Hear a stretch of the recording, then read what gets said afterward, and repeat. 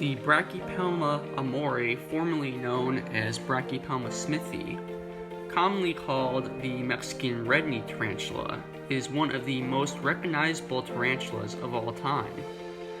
Adored by both novice and advanced hobbyists alike, and with good reason, its large size, bright colors, and chill demeanor make them an ideal species for those who are breaking into the hobby for the first time. This tea has been shown in various films throughout Hollywood, including Kingdom of the Spiders starring William Shatner and Raiders of the Lost Ark.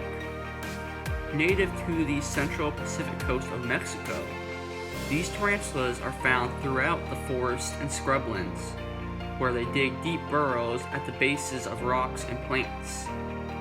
The spider will spin a thin layer of webbing which extends out from the entrance of its burrow, and alerts the spider to any would-be prey items or predators that happen to walk over it, acting almost as tripwires.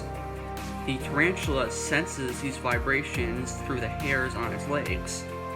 Due to its poor eyesight, it cannot rely on its vision to hunt or detect threats.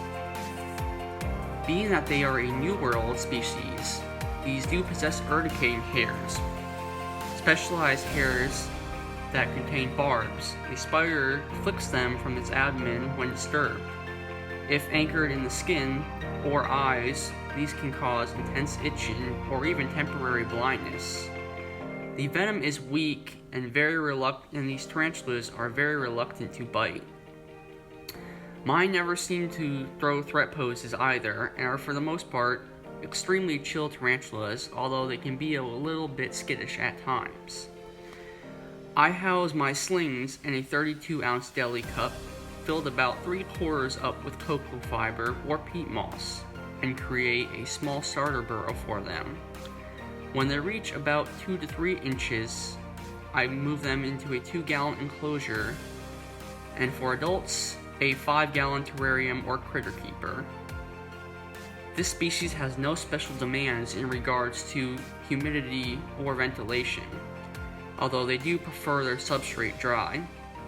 Just be sure to give them plenty of substrate and provide a piece of cork bark to hide under, as well as a water dish for them to drink from.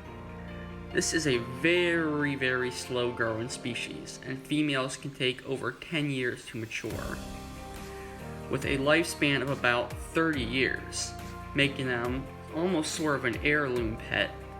Males, of course, live much less, at about 10 to 15 years.